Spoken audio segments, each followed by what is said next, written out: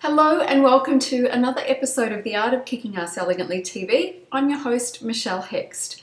Today I'm going to be asking you the question, do you need an image makeover? As you can see, I've just chopped off all of my hair and I'll be telling you all about it on the other side.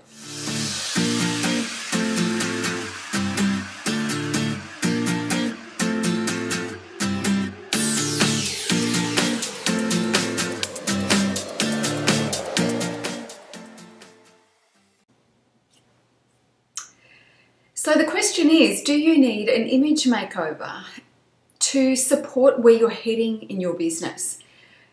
A couple of interesting things have happened over the last, couple of weeks, and probably the most relevant one to you guys is on my live mastermind, I had a fabulous stylist and a makeup artist and a photographer there to make sure that the women got their professional photos taken. If you're anything like me, I know that women tend to procrastinate over getting those professional photo shots. So for me, it was really important to include in the program something like that. I was thinking I need to bring the mountain to Muhammad to make sure these photos get taken. We're right in the thick of having websites built and stuff like that. So really important to make sure the women have super professional shots to add to their websites and their promotional material and stuff like that. So that's a bit of a backstory. So I knew the women were going to go away with great photos. We were just not going to leave until that happened. But one of the things that I didn't fully grasp, was just what an experience it was going to be for these women. It was incredible, actually. And one of my masterminders in particular got a lot out of it. And when we were styling her, she was dressing for where she is now. And I mentioned to her that she's needing to step into the brand that she's building and not where she was. And I kind of threw that comment away and, kind of threw that in there, not thinking too much about it.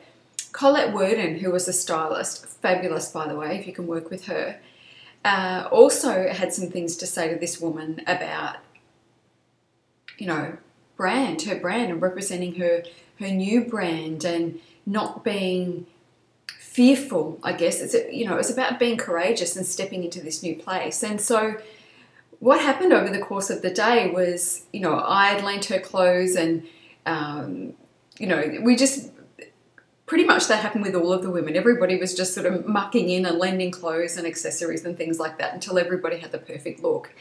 And the photos looked incredible. And the message that I got, and I know the message that Colette got after this day, based on those comments that we made about, stepping up into the brand that you're building, not dressing for where you are now, had a major impact. And so I thought that really needs to be shared. It really does. And I know for me, moving from, being in fitness and martial arts and that sort of stuff, and even in my other brand, the Honourable Martial Arts Entrepreneur, it was still a fairly conservative style given the market that I was in. And so, even myself, I'm still really trying to find my style. And, I've been lugging around this long hair for such a long time. And I woke up the other day and I thought, I'm so over trying to get this hair done and make it look good. And it was going to end up in a ponytail, yet again. And so I decided today's the day and I'm just going to have it all chopped off. So they took off about that much. It was a lot. If you can see from my other videos, there's a lot. And you can probably see a little bit at the front, but at the back it was even longer. So they chopped a heap off. And you know what? I've had no regrets whatsoever. This took me about 10 minutes this morning. I can still get it up and it's a lot sleeker. And I know when my hair is styled and it's curled and all that, it's very luxurious and beautiful. But it's very yesterday for me. It's very safe because I can put it up in a ponytail. This is more sleek, more elegant, requires a little bit more thinking about how I'm going to wear it other than do I curl it or stick it up in a ponytail. But it's moving me forward into the, into the brand that I have now. And so for those women as well, they brought clothes along that represented where they were and we had to style them to get to them to, where they're going. And so my question, I feel like I've rambled a lot actually, but I'm hoping that you get my point, which is stop and have a think about the way you're dressing yourself now and the way that your hair is and, you know, all that stuff, and do a bit of an audit and be asking yourself, is this comfortable and is this keeping me where I am? Or if I'm building a brand that's high end and I need to speak to a market that's more high end, is that represented in the way that I'm dressing and grooming myself? And if not, what steps do you need to take? You know, so important. Image is so important. And when I first started the mastermind, I had some dresses that I wore that were really comfortable for me and I really loved them. They were a fluttering shape and all that sort of stuff. But now, you know, every mastermind I run, I go out and buy a dress, and I rarely spend under sort of $600 or $700 or $800 on a dress these days, because I know it's really important and it's an integral part of my brand. You know, not everybody can do that, you know, but everybody can get to that.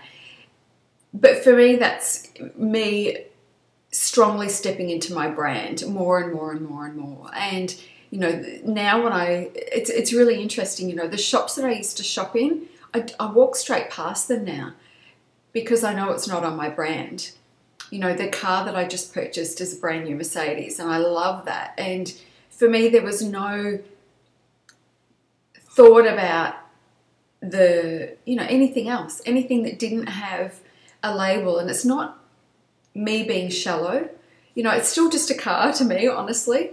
But I'm building a brand that's based on, you know, luxury and indulgence and high-end premium stuff. So I need to make sure that I'm carrying that in everything that I wear and everything that I purchase now.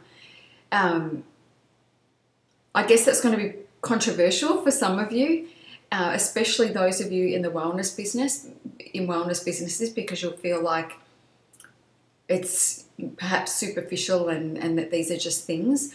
And you know, that those brands may not be reflective of you, but whatever your brand is and whatever your market is, if you're stepping up and you're elevating, then you need to make sure that your image catches up, just so that you're on brand. One of the things that Colette spoke about most was consistency. And I know for me, you know, I'm a little bit all over the place with consistency as far as what I'm wearing. So I'm working really hard to tidy that up.